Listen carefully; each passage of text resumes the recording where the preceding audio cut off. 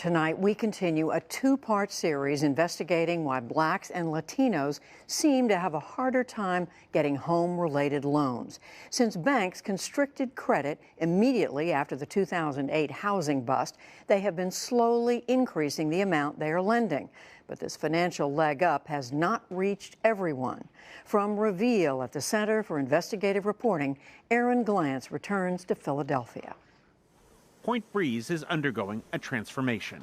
Named by Zillow as one of the hottest neighborhoods in Philadelphia in 2017, it is one of the only majority Black communities where banks are doing a lot of lending. Banks are even making special loans on generous terms to people here, thanks to the 1977 Community Reinvestment Act, a landmark law designed to get banks to extend all types of loans to low-income borrowers and in low-income neighborhoods. But some longtime residents here say they're being left behind. It's not balanced. It should be equal. You understand what I'm saying? And just, to me, that's just discrimination. It's not right. Adrienne Stokes has owned her Point Breeze home for decades. She lives here with her pit bull, Boots. Good boy. There is a lot of new investment in the area, and property values have skyrocketed. But normal wear and tear has taken a toll on her house. See how this one's off track? They're off track. So she went to a local bank, First Trust, the only one with a branch in the neighborhood. I went there to get a home equity loan, okay, because I wanted to fix up my home. She was looking for $30,000, and because of rising property values, had $200,000 of equity in her house. She was current on her mortgage, and she has a steady income. Never, did no refinancing the home. I just wanted a home equity loan to fix up my house, and I couldn't believe they denied me.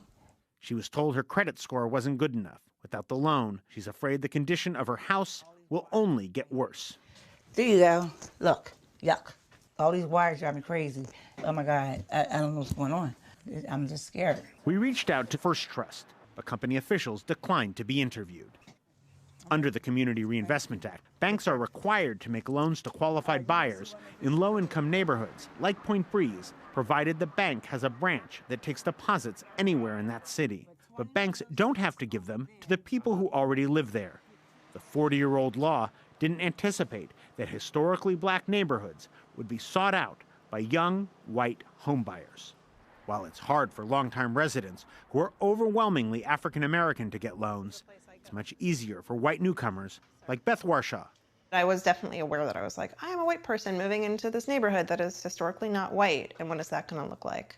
Warshaw realized that she had some financial challenges. Since moving back to Philadelphia, she'd been unemployed for 9 months and only just found a job, so she couldn't show a stable work history.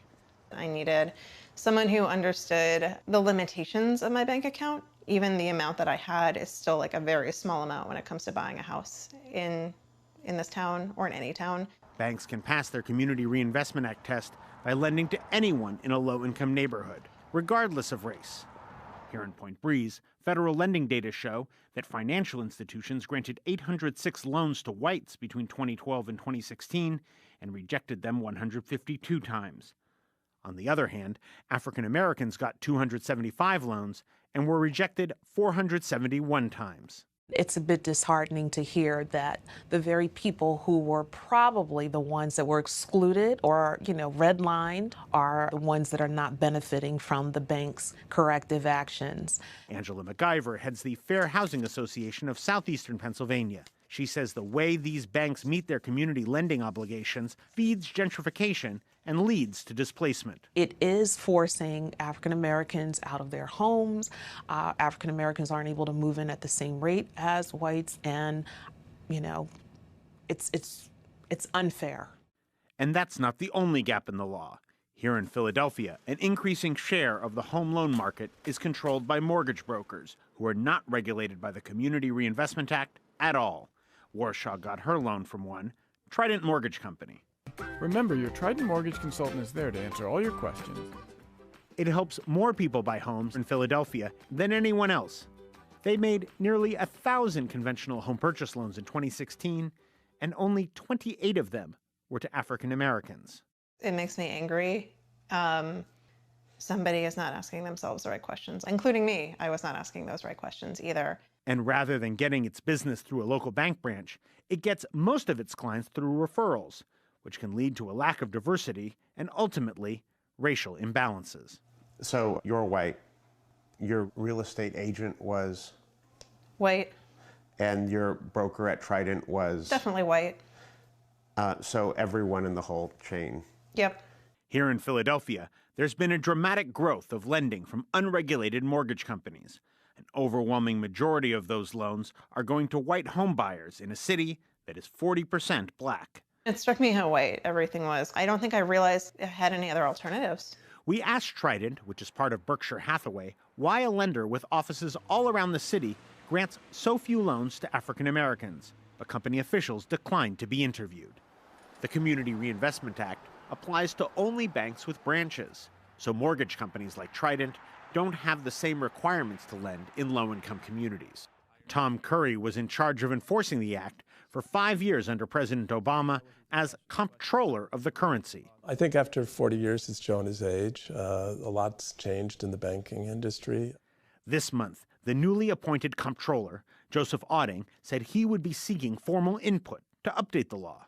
We requested an interview with Otting. He declined to comment, but said in a statement he was interested in modernizing the 40-year-old act so that it would encourage banks to invest in and meet the needs of their communities. Otting is no stranger to the banking industry. From 2010 to 2015, he served as CEO of One West Bank.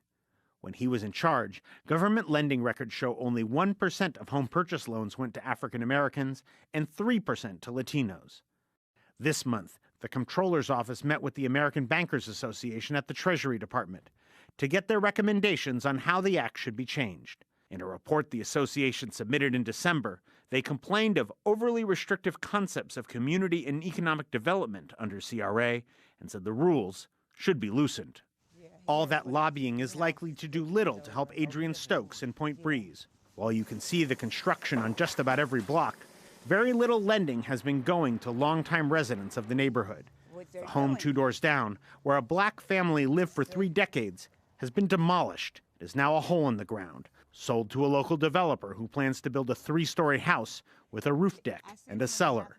If the trends of recent years hold, this house will likely go to a white newcomer. But for me, I'm not going anywhere. I'll be right here. Maybe she might change their mind and might get this loan, and that'd be a blessing. Stokes says, like her neighbors, her house gets offers from developers, but she won't sell the home she's fought so hard to keep. For the PBS NewsHour, I'm Aaron Glantz in Philadelphia.